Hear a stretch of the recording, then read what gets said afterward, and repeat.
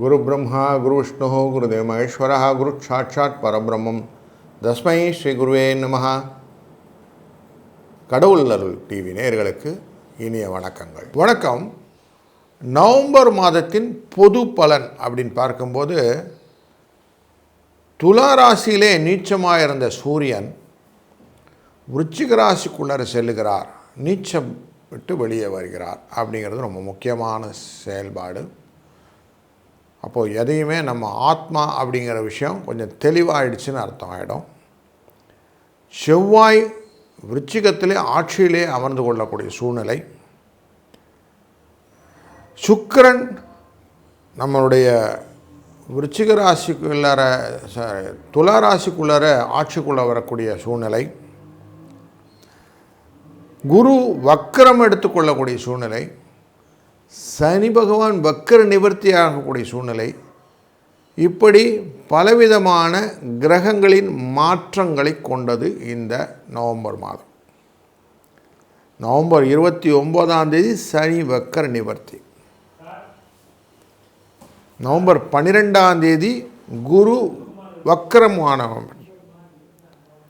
துலா ராசிக்குள்ளே November 3 சுக்கிரன் ஆட்சிக்குள்ளே போய்டுறார். 17 November அன்று சூரியன் விருச்சிக ராசிக்குள்ளே போகிறார். நவம்பர் 9 புதன் வக்கரமாகிறார். இப்படி அனைத்து விதமான கிரகங்களும் மாற்றங்களுக்கு உட்பட்டதாக ஆகிறது இந்த நவம்பர் மாதம். இதனால் என்ன பலன் வரும் அப்படின்னாக்க, குருவின் பார்வை இந்த வருடக்கோள் அப்படிங்கிற முயற்சியில் சனி பகவான் மேலேயும், மீனராசியில் இருக்கார் அவர் மேலேயும், மகர ராசியின் மேலேயும், விருச்சிக ராசி மேலேயும் விழுகிறது. இந்த பார்வையின் பலம் ரொம்ப முக்கியமானதாகிறது. ஏன்னா தனக்காரகன், குடும்பக்காரகன் அப்படின்லாம் சொல்லுவோம் இல்லையா, பொன்னன் அப்படின்னு சொல்லுவோம். அப்போ எந்த விதத்திலும் நமக்கு குழந்தைகள் விஷயத்திலும், பண விஷயத்திலும், சுபிட்சங்கள் விஷயத்திலும், சுப காரியங்களெல்லாம் நடக்கணும்னா இந்த பார்வை பலம் ரொம்ப முக்கியமானதாகிறது. சனீஸ்வர பகவான் மேலே விழுவது ரொம்ப முக்கியம். ஏன்னா சனீஸ்வர பகவானும் ஒரு கொடுத்த சனி போல இல்லை அப்படின்னு சொல்லுவோம். அப்படிப்பட்டவர். அவர் வக்கரகதியில் இருப்பது நவம்பர் 23 வக்கரகதியும் நிவர்த்தி ஆகிறார். எல்லாருக்குமே சனினா கொஞ்சம் பயம் உண்டு. அப்போது அவருடைய நிலைப்பாட்டை வக்கரத்திலிருந்து நிவர்த்தி ஆகும்போது என்ன ஆகிறார் அப்படிங்கிறதும் பார்க்கணும். இந்த காலகட்டங்களிலே குருவும் வக்கரமாக, சனியும் வக்கரமாக, புதனும் வக்கரமாக அமையப் போகிறார். அப்படின்னா 3 கிரகம் வக்கரத்தில் அமையும். இப்படி 3 கிரகங்கள் வக்கரத்தில் அமைவதும், சூரியன், செவ்வாய், புதன் இவர்கள் 4 கிரகங்களும் விருச்சிக ராசியில் போய் உட்காருவாங்க 19 நவம்பர் அன்று. இப்படி அனைத்து விதமான கிரக சேர்க்கைகளும் எப்படி இருக்க போகிறது அப்படிங்கிறதும், குரு வக்கரமாய் சனி வக்கரத்தை பார்த்தால் எப்படி இருக்கும், புத வக்கரத்தை பார்த்தால் எப்படி இருக்கும்ன்றத, குருவின் வக்கரமும் சனியின் வக்கரமும் ரொம்ப நோட்டபிள் அப்படிங்கிறதுனால எல்லா விதமான நேச்சுரல் கலாமிட்டி அப்படிங்கிற விஷயங்கள் எல்லாம் இவர்களுடைய பார்வையினால் தான் நிறைவில் நடக்கும். மீனராசின்றது கடல் ராசி, கடகராசிங்கிறது தண்ணி ராசி. அங்கே உச்சத்திலையும் வக்கரத்திலும் அமரக்கூடிய குருவின் பார்வை இந்த மீனராசியில் இருக்க சனி மேலே விழப்போகிறது. சனி என்பவர் நிறைய அன்பர்கள் எல்லாத்தையும் சேர்த்து கொள்ளக்கூடியவர்கள். எவ்வளோ ஆட்கள் ஜாஸ்தி இருக்கிறாங்களோ அதெல்லாம் சனீஸ்வரன்.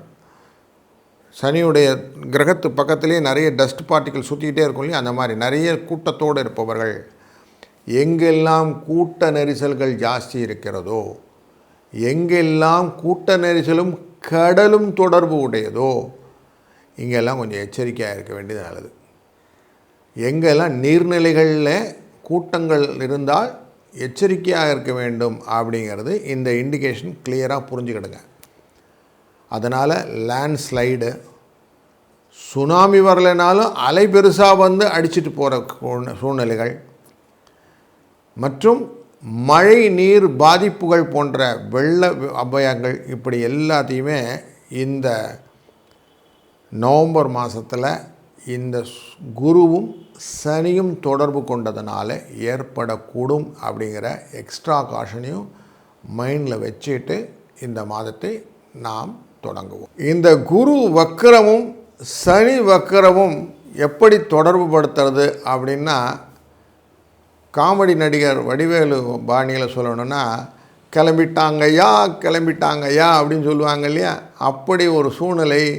இவங்க 2 பேரும் சேர்ந்து நம்மள்கிட்ட கும்மி அடிச்சுட்டு போயிட போகிறாங்க அப்படிங்கிற எச்சரிக்கையும் நம்ம மனதில் வைத்து கொள்வோம். நம்ம டீட்டெயிலாக ஒரு ராசிக்கும் பார்க்க போகிறோம். தொடர்ந்து காண்போம், வாருங்கள். வணக்கம் சிம்மம் ராசி அன்பர்களே. உங்கள் ராசிநாதனான சூரியன் துலாம் ராசியிலே நீச்சம் என்கிற கதியை விட்டு இப்போ விருச்சிக ராசிக்குள்ளார நுழைகிறார். விருச்சிக ராசியிலே நுழையும் போது மண்மனை வாகனம் என்கிற இந்த யோகம் கொண்ட 4ஆம் இடத்திற்குள்ளே போகும்போது அங்கே ஏற்கனவே செவ்வாய் உட்கார்ந்துருப்பார், ஆட்சியில் உட்கார்ந்துருப்பார். அவரோடு சேர்ந்து கொள்வார். ராஜாவோடு சேர்ந்து மந்திரி. இப்போ ராஜா ஏற்கனவே சூரியன் வரார் உள்ளாருன்னா மந்திரி எல்லாத்தையும் எடுத்து வைப்பார் இல்லையா, அப்படி எல்லாம் ரெடியாக இருக்கார். அப்போது வார்த்தைகள் எப்படி இருக்கும் அப்படின்னா, கொஞ்சம் தடித்தலான வார்த்தைகள் நிறைய வரதுக்கு வாய்ப்பு இருக்குது. கொஞ்சம் அதை மட்டும் கண்ட்ரோல் பண்ணுறது இந்த மாதத்திலே முக்கியமான கடமை உங்களுக்கு. தேவையில்லாமல் அடுத்தவனை எடுத்தெறிஞ்சு பேசுறது வேண்டாம். இதனால் உங்கள் லாபமும் தொழிலும் பாதிக்கப்படும். கொஞ்சம் வீண் வாக்குவாதங்கள், விதண்டாவாதங்கள், சண்டைகள் வந்தால் கொஞ்சம் தள்ளி நின்றுறது மனசில் கொண்டு வந்துடுங்க. சாப்பாட்டு விஷயத்தில் எக்ஸ்ட்ராவாக கவனத்தோடு இருக்க வேண்டிய சூழ்நிலையை இந்த மாதத்தில் கொண்டு வந்துடுங்க. தொழிலில் நிறைய சவால்கள் வரும், அதை எல்லாத்தையும் நீங்கள் ஹேண்டில் பண்ணுற மாதிரி தான் இருக்கும். முடிந்தவரை உங்களுடைய உயரதிகாரிகளை தவறாக புரிந்து கொள்ளாமல் இருந்தாலே இந்த மாதம் நல்லாயிடும். குழந்தைகள் தொடர்பான பல விஷயங்கள் உங்களுக்கு மகிழ்ச்சியை தருவதாக இருப்பதனால அவங்க விஷயத்தில் கொஞ்சம் கான்சன்ட்ரேட் பண்ணுறது நல்லது. இந்த மாதத்தில் புத பகவான் வக்ரகதி அடையப் போகிறார். நவம்பர் 9ஆம் தேதி உங்களுடைய ராசியினுடைய லாபஸ்தானத்தையும் குறிவார். இவர் வக்கரமாக அடைந்து உங்கள் ராசியின் 3ஆம் இடத்தை தொடுவதனாலே புத்தி தடுமாற்றங்கள் வரும். அதனால் எதையுமே யோசித்து செய்யணுங்கிற எண்ணம் வரணும். 12ஆம் இடத்தில் இருக்கக்கூடிய இந்த குரு வக்கரகதியை அடைவது நல்லது. 12ஆம் தேதி நவம்பர் குரு வக்கரமாவதனால் உங்களுக்கு ஆடை ஆபரண சேர்க்கைகள் வருவதற்கான வாய்ப்புகளும், தொழில் சம்பந்தப்பட்ட விஷயத்தில் லாபத்தை எண்ணங்கள் கொண்டு நீங்கள் வேலை செய்வதற்கும், பூர்வ புண்ணியத்தில் முறையாக வரக்கூடிய லாபங்களையும் பெற்றுக்கொள்வதற்கு வாய்ப்புகள் உண்டு. யாருக்கெல்லாம் பழைய வீடு, சொத்து பிரச்சனை இதெல்லாம் இருந்ததோ இந்த நவம்பர் 12ஆம் தேதியிலேருந்து கொஞ்சம் கொஞ்சமாக சரியாகும் அப்படின்னு எடுத்துக்கலாம். சனி பகவான் வக்ரகதியிலே மீனராசியில் இருப்பதை இந்த குரு பார்க்கிறது. நிலம் தொடர்பான விஷயத்தில் நீங்கள் பேச போகும்போது மழைக்காலமாக இருப்பதனாலும் வெள்ளம் வருவதற்கான வாய்ப்பு இருப்பதனாலும் கொஞ்சம் எச்சரிக்கையாக ஹேண்டில் பண்ணணும் அப்படிங்கிறது வச்சுக்கோங்க. நண்பர்கள் மூலியமாக வரக்கூடிய லாபத்தில் சில பிரச்சனைகளையும் சந்திக்க வேண்டி வரும் அப்படிங்கிறது செவ்வாயின் பார்வை அது மேலே இருக்குன்றதுனாலே இதையும் மைண்டில் வச்சுக்கணும். அதனால் கொஞ்சம் எல்லார்கிட்டையும் எல்லாத்தையும் ஒளிவு மறைவில்லாமல் பேசி அதனால் உங்களுக்கு புரிதலிலே பிரச்சனை வருவதற்கு நிறைய வாய்ப்பு இருப்பதனால யோசித்து பேசுவதும் எண்ணி துணிக கர்மமாக இருப்பதும் நல்லது. இந்த மாதத்திலே உங்களுடைய கேதுவானவர் அங்கே தான் உட்கார்ந்துருக்கார், சிம்மராசியிலே உட்கார்ந்துருக்கிறாரு. அவர் மனதிலே 1008 எண்ண ஓட்டத்தை கொடுப்பார். அதை செஞ்சிடணும், இதை செஞ்சிடணும், எப்படி பண்ணிடணும்னு ஏகப்பட்ட வரிசை லைனப் பண்ணியிருக்கிறார். இது எல்லாமே ராகுவின் பார்வையிலே இருப்பதனாலே நம்ம எதாவது செஞ்சுட்டு அடுத்தவங்க மேலே பழி போடுறது அப்படிங்கிற எண்ண ஓட்டங்களை நிறைய கொடுக்கும். அது பின்னாடி சண்டை சச்சரவை பெருசாக்கிறதுக்கும் வாய்ப்பு உண்டு. ஏன்னா சனியின் பார்வை உட்கார்ந்துருக்கு. அஷ்டமத்தில் இருக்கக்கூடிய சனியின் பார்வை இருக்குது. அப்படிங்கிறனால கொஞ்சம் எச்சரிக்கையாகவும் இருக்கணும். இந்த அஷ்டமத்தின் சனி 29ஆம் தேதி இந்த வக்கரம் என்பதை நிவர்த்தியாகி ரியல் அஷ்டமமாகவே மாறிடுவார். அதனால் என்ன ஆகுது, தேவையில்லாத பயங்களையும் கொடுப்பார். அப்படிங்கிறனால கொஞ்சம் எச்சரிக்கையாகவும் கவனமாகவும் இருக்க வேண்டும்.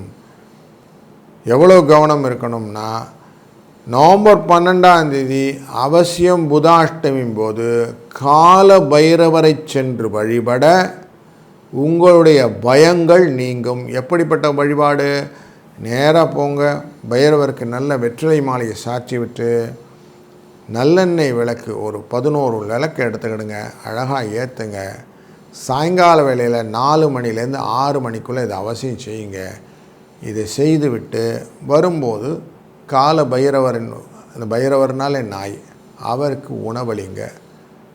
அப்படி உணவு அளிக்கக்கூடிய உணவுகள் இப்போது உங்களுடைய ராசியில் இருக்கக்கூடிய ராசிநாதன் செவ்வாயுடன் சேர்ந்ததுனாலே சூரியன் அப்படிங்கிற அடிப்படையில் பிஸ்கெட்டை போடுங்க.